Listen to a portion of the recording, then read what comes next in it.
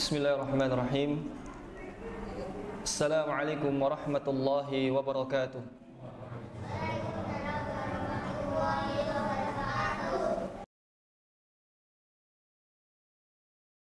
Alhamdulillahi rabbil alamin.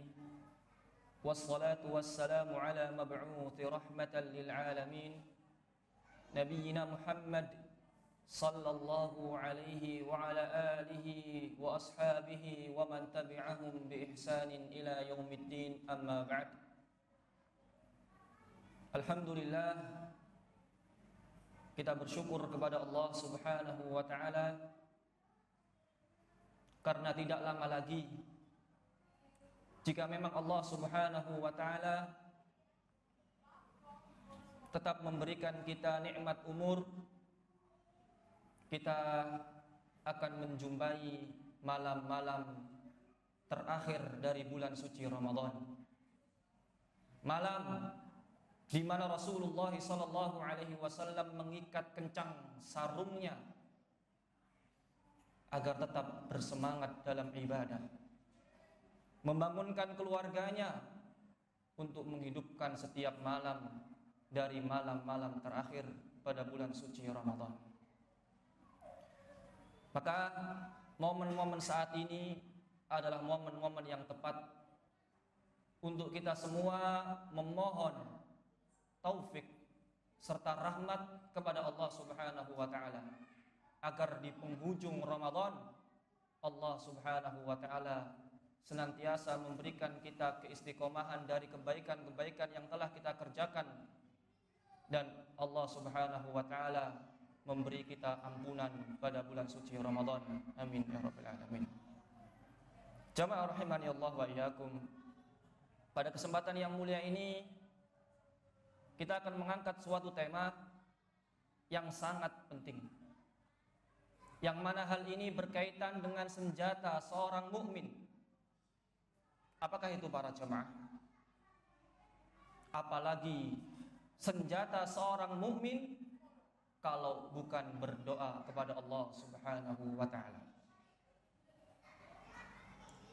Dalam sebuah syair dikatakan, la tas'alanna bani adam hajatan wasalil ladzi abwabahu la tuhjabu, Allahu yaghdabu in tarakta su'alahu wa bani adam hina yus'alu yaghdabu. Janganlah anak keturunan Adam, janganlah manusia sekali-kali meminta kepada selain Allah Subhanahu wa ta'ala. Mintalah kepada Allah yang pintunya tidak pernah tertutup. Justru Allah itu akan marah, Pak.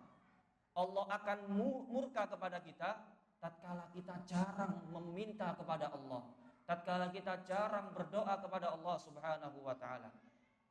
Dan sebaliknya, anak keturunan Adam, jika kita minta ke mereka, justru mereka akan marah kepada kita.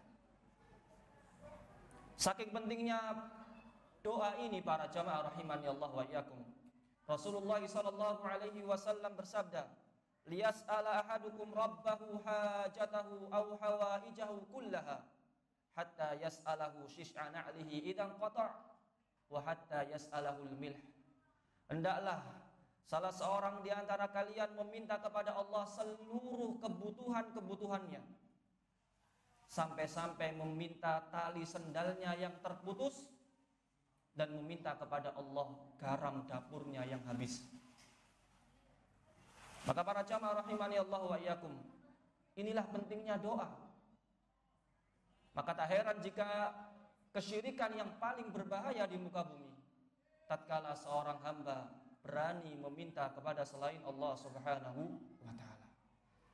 Jamaah rahimani Allah wa iyyakum, jika ada adab dan etika tatkala kita meminta kepada sesama makhluk, meminta kepada sesama manusia, lebih-lebih tentu para jamaah ada adab dan etika tatkala seorang hamba yang diliputi kelemahan-kelemahan ini meminta kepada Rabbul Alamin, meminta kepada Allah Subhanahu wa ta'ala.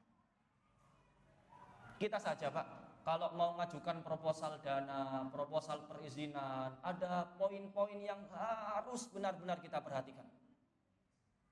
Maka bagaimana tatkala hamba ini meminta kepada Allah Subhanahu wa taala? Maka pada kesempatan ini kita akan membahas beberapa adab yang semoga dengan adab-adab ini menjadikan doa kita dekat dengan pengabulan dari Allah Subhanahu wa taala. Adab yang pertama para jamaah rahimani Allah wa iyyakum, yaitu ikhlas kepada Allah Subhanahu wa taala. Mungkin ada yang bertanya, bisa emang riya atau penyakit-penyakit hati yang lain masuk ke dalam doa? Sangat bisa. Bukankah imam ini mau menginjak 10 malam terakhir, biasanya imam akan kunut tatkala witir. Tatkala 10 malam terakhir, imam kunut dengan sajak doanya yang indah mungkin, dengan tangisannya yang lirih, tapi hatinya tidak ikhlas kepada Allah Subhanahu wa taala. Seorang khatib Jumu'ah menutup khutbah Jum'ahnya dengan sajak doa yang indah, dengan tangisannya juga, namun hatinya tidak ikhlas kepada Allah Subhanahu wa taala. Maka sangat mungkin penyakit-penyakit hati ini masuk ke dalam perkara doa. Maka adab yang pertama yang harus kita tekankan adalah tatkala berdoa kepada Allah, ikhlas lillahi ta'ala.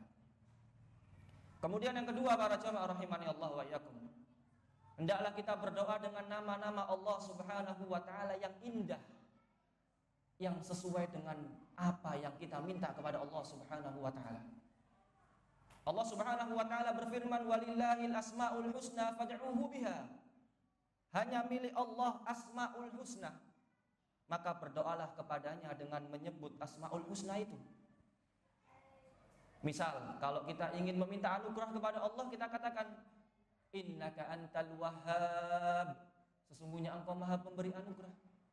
Tatkala kita ingin meminta rezeki, kita mengatakan innaka antar razzaq, engkau lah yang maha memberi rezeki. Tatkala kita ingin meminta maghfirah, meminta ampunan kepada Allah, kita puji dengan innaka antal ghaffar, sesungguhnya engkau adalah zat yang maha pengampun.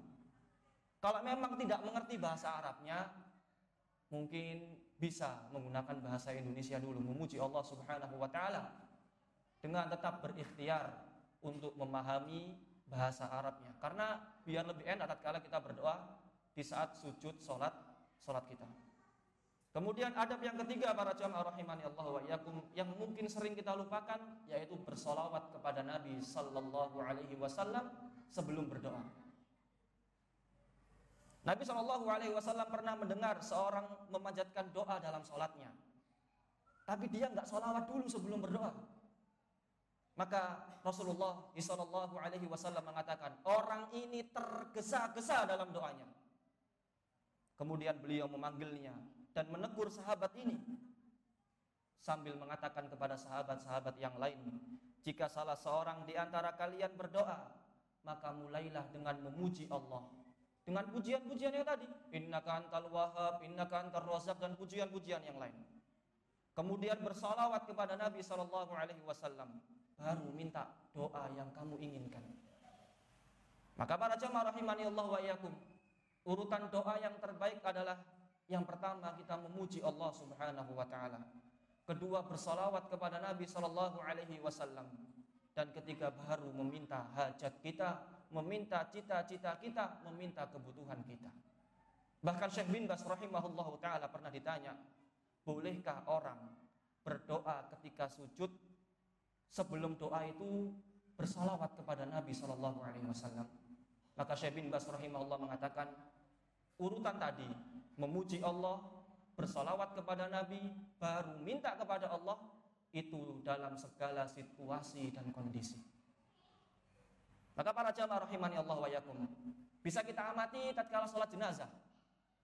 Bukankah salat jenazah itu takbir yang pertama kita diperintahkan membaca surah Al-Fatihah, surah yang banyak memuji Allah Subhanahu wa taala. Alhamdulillahi rabbil alamin, segala puji bagi Allah Rabbul alamin, dan pujian-pujian Allah yang pujian-pujian kepada Allah yang lainnya. Kemudian takbir yang kedua kita diminta untuk bersalawat kepada Nabi sallallahu alaihi wasallam. Baru takbir yang ketiga kita berdoa untuk ampunan si mayit dan maslahatnya setelah kematian. Dari urutan sholat jenazah saja Rasulullah SAW sudah mengajarkan bagaimana adab dan etika meminta kepada Allah Subhanahu wa taala. Dan adab yang terakhir para jamaah, setelah kita memuji Allah, bersolawat kepada Nabi, kemudian kita meminta hajat kita, hendaklah kita mengatur dan menata hati kita agar senantiasa yakin tentang pengabulan doa kita di sisi Allah Subhanahu wa taala. Ini yang terkadang sulit para jamaah rahimani Allah wa iyyakum. Apalagi yang kita minta itu perkara yang besar, cita-cita yang tinggi. Terkadang hati kita ragu. Gaji sakmene isok gak budal gaji. Penghasilan cuma segini, bisa enggak berangkat umroh? Penghasilan cuma segini, dagangan sepi, bisa enggak menafkahi orang tua kita? Bukankah innallaha qadirun ala kulli syai'? Allah itu berkuasa atas segala sesuatu. Kalau Allah pengen tinggal katakan apa? Kun. Jadilah, maka jadilah. Tak heran jika Rasulullah SAW sampai bersabda, "Ud'ullah wa antum muqinuna bil ijabah." Wahai manusia, berdoalah kepada Allah dengan hati yang penuh yakin bahwa Allah akan mengabulkan doa kita. Wa'lamu annallaha la yastajibu du'aan min qalbin ghafilin lah. Dan ketahuilah wahai manusia, Allah itu tidak akan mengabulkan doa-doa mereka yang hatinya itu lalai, hatinya ragu kepada pengabulan Allah Subhanahu wa taala. Jangan setelah doa, aduh mungkin gak ya. Berangkat sholat subuh ke masjid, antara adzan dan iqamah waktu yang mustajab, doa, angkat tangan sambil nangis-nangis. Ya Allah, aku pengen budal kaji ya Allah. Baru pulang keluar dari masjid, Allahumma inni as'aluka min fadlik, langsung ragu. Wih, piye carane ya? Iso gak ya? Mungkin gak ya? Ini keraguan-keraguan yang kalau diopeni, Pak, kalau dirawat, ini bisa menjauhkan kita dari pengabulan doa di sisi Allah Subhanahu wa taala. Maka panjatkan doa kita. Terus menerus kita berdoa kepada Allah dengan penuh yakin. Jangan beri ruang keraguan sedikit pun di hati kita. Rasulullah SAW bersabda, "La yaqul ahadukum idza da'a Allahumma firli in syi'ta." Jangan seorang di antara kalian kalau berdoa, "Ya Allah ampuni aku jika memang Engkau berkehendak. Ya Allah, aku pengen haji jika memang Engkau mau." Tapi berdoa kepada Allah Subhanahu wa taala, ya'zamal mas'alah. Benar-benar yakin, benar-benar memantapkan keinginannya kepada Allah Subhanahu wa taala. Karena memang enggak ada yang maksa Allah, kata Nabi sallallahu alaihi wasallam. Maka para jamaah rahimani Allah wa iyyakum, Nabi sallallahu alaihi wasallam, orang yang doanya didengar oleh Allah Subhanahu wa taala, itu benar-benar serius kalau berdoa kepada Allah Subhanahu wa taala. Orang yang jelas-jelas maksum, berbuat kesalahan, dapat teguran dari Allah, langsung diampuni dosanya. Itu kalau berdoa sangat-sangat serius pada hari Arafah, hari di mana pengabulan doa itu sangat dekat. Rasulullah SAW berdoa setelah sholat jamak dan qasar, jamak takdim, duhur dan asar, kemudian beliau berdoa di atas ontanya. Berdoa kurang lebih sampai matahari mau tenggelam, berarti 5-6 jam. Bahkan diriwayatkan tatkala berdoa itu tali kekang ontanya terjatuh, Rasulullah mengambil tali kekang ontanya dengan satu tangannya, dengan tangan yang satunya tetap mengadahkan tangan berdoa kepada Allah Subhanahu wa taala. Enggak mau kehilangan waktu sedikit pun di hari Arafah itu untuk berdoa kepada Allah Subhanahu wa taala.